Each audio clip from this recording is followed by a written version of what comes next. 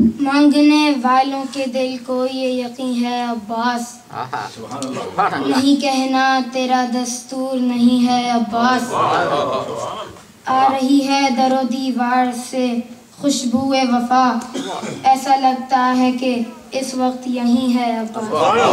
صلوات پڑھیں گے۔ اللہم صلی علی محمد وآل محمد۔ اعوذ باللہ من الشیطان الرجیم، بسم اللہ الرحمن الرحیم، الحمدللہ رب العالمین، بارئ الخلائق اجمعین، باعث الانبیاء والمرسلین، ثم الصلاة والسلام علی اشرف الانبیاء وخاتم النبیین، سیدنا و نبینا و حبیب قلوبنا و طبیب نفوسنا المصطفیٰ بالقاسم محمد۔ اللہم صلی علی محمد وآل محمد وعلى آله الطيبين الطاهرين المعصومين المنتجبين الذين أذهب الله عنهم الرجس وطهرهم تطهيرا۔ اللہم صلی علی محمد وآل محمد۔ أما بعد فقد قال الله تبارك وتعالى في كتابه المجيد وقرآن الحميد وقوله الحق، بسم الله الرحمن الرحيم، ادعوني أستجب لكم۔ صلوات۔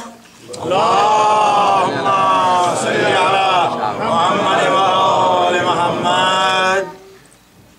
قرآن مجید کی جس آیت کی ابھی میں نے تلاوت کی وہ سورہ مومن کی آیت نمبر 60 ہے۔ اس آیت میں اللہ نے فرمایا کہ مجھ سے دعا کرو، میں تمہاری دعا کو قبول کروں گا۔ بے شک۔ جو لوگ میری عبادت دعا کے کرنے میں تکبر کرتے ہیں وہ عن قریب ذلیل ہو کر جہنم میں داخل ہوں گے۔ سورۃ البقرہ کی آیت نمبر 186 میں اللہ کا ارشاد ہے کہ اے رسول، جب میرے بندے میرے بارے میں تم سے سوال کریں تو کہہ دو کہ میں ان سے قریب ہوں۔ جب کوئی مجھ سے دعا مانگتا ہے تو میں ہر دعا کرنے والے کی دعا کو سنتا ہوں اور قبول بھی کرتا ہوں۔ اس لیے انہیں چاہیے ہے کہ مجھ پر ایمان لائیں تاکہ وہ سیدھی راہ پر آ جائیں۔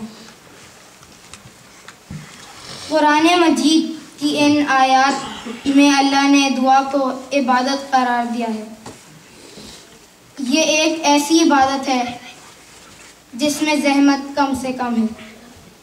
نماز کے لیے وضو کرنا پڑتا ہے، روزے کے لیے بھوکا رہنا پڑتا ہے، حج کے لیے بہت سا سرمایہ اور وقت چاہیے، جہاد میں جان جا سکتی ہے، امر بالمعروف میں لوگ ناراض ہو سکتے ہیں اور نہی عن المنکر میں برے لوگوں سے ٹکر ہو سکتی ہے۔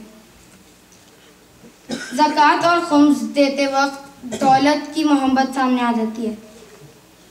غرض یہ کہ کوئی عبادت اتنی آسان نہیں جتنی کہ دعا ہے۔ صلوات پر محمد اللہ۔ اللہم صلی علی محمد وآل محمد۔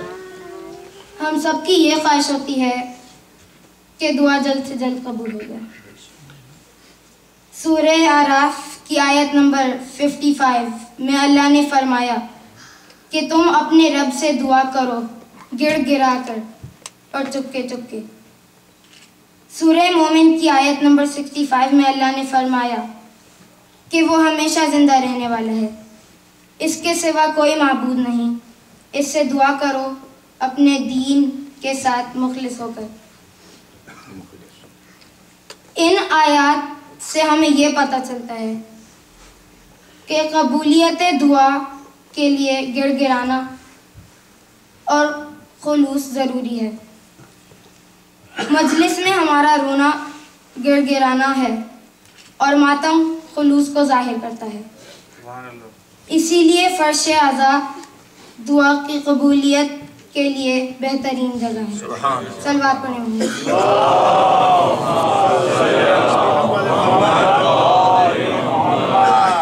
دعا کے قبول نہ ہونے کی وجہ انسان کے اپنے اعمال بھی ہوتے ہیں۔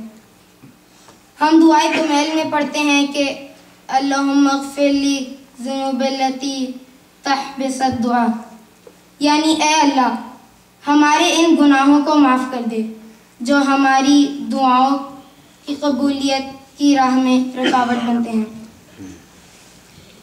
حدیث رسول ہے کہ دعا مومن کا ہتھیار ہے، دین کا ستون ہے اور زمین و آسمان کا اجالا ہے۔ سبحان اللہ۔ مولا علی نے فرمایا کہ دعا مومن کی سپر ہے، یعنی اس کی حفاظت کرنے والی ہے۔ آپ نے دعا کے ساتھ عمل کرنے پر بھی بہت زور دیا۔ آپ نے فرمایا کہ بغیر علم کے دعا کرنے والا ایسا ہی ہے جیسے ہوا میں تیر چلانے والا، یعنی امتحان میں کامیابی کے لیے دعا کے ساتھ محنت بھی ضروری ہے۔ بے شک۔ مولا حسین علیہ السلام نے فرمایا دعا عبادت ہے، جنت کی لالچ میں عبادت کرنا تاجروں کی عبادت ہے، جہنم کے خوف سے عبادت کرنا غلاموں کی عبادت ہے، اور آزاد انسانوں کی عبادت یہ ہے کہ اللہ کو معبود اور اپنے کو اس کا بندہ سمجھ کر اس کی عبادت کی جائے۔ دعا معرفت الہی اور معرفت معصومین کا ذریعہ بھی ہے۔ اگر ہمیں امام زمانہ کی معرفت حاصل کرنا ہو تو دعائے سلامتی امام زمانہ، دعائے فرج،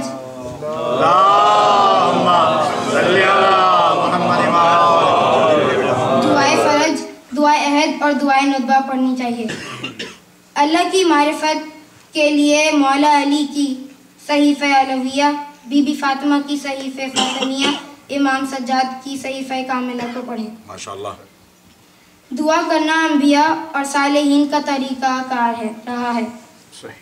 حضرت زکریا نے پاکیزہ اولاد کے لیے دعا کی، اللہ نے حضرت یحییٰ عطا کیا۔ حضرت ابراہیم کی دعا کے نتیجے میں حضرت اسماعیل اور حضرت اسحاق عطا ہوئے۔ حضرت موسیٰ نے اپنے بھائی ہارون کو جانشین اور مددگار ہونے کے لیے دعا کی۔ ہمارے نبی محمد صلی اللہ علیہ وسلم نے جنگ خیبر کے موقع پر مولا علی کے آنے کی دعا کی۔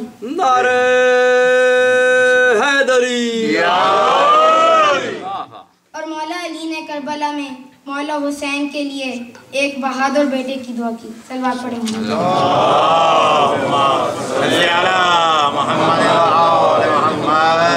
مولا علی نے وقت شہادت سب کا ہاتھ امام حسن کے ہاتھ میں دیا۔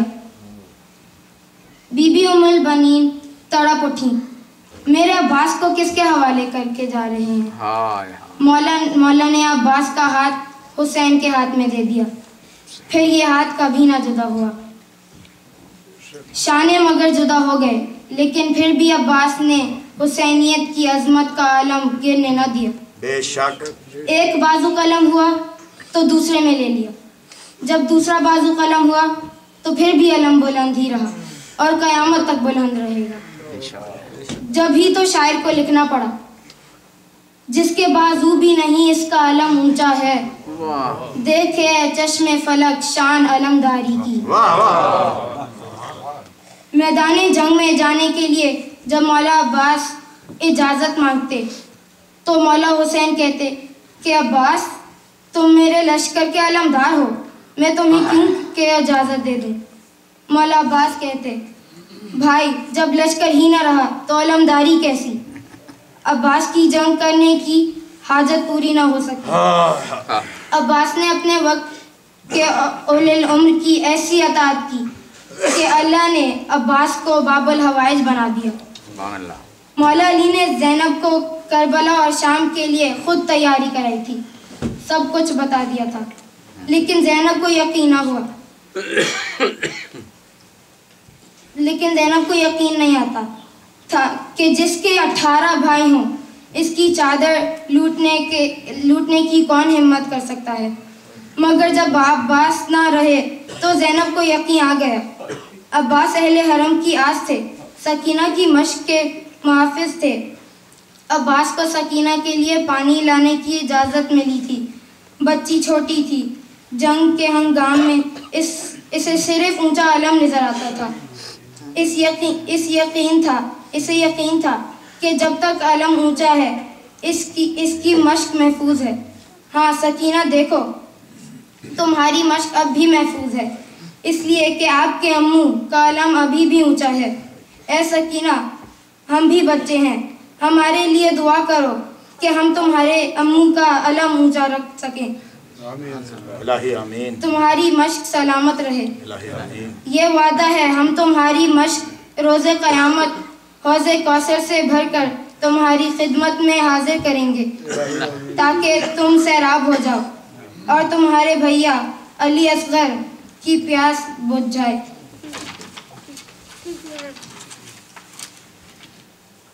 زندہ رہنے کے لیے شہ کی اذا کافی ہے، ہم کو بس فاطمہ زہرا کی دعا کافی ہے۔ چاہے کتنے ہی مخالف ہو زمانے کی ہوا، ہم کو عباس کے پرچم کی ہوا کافی ہے۔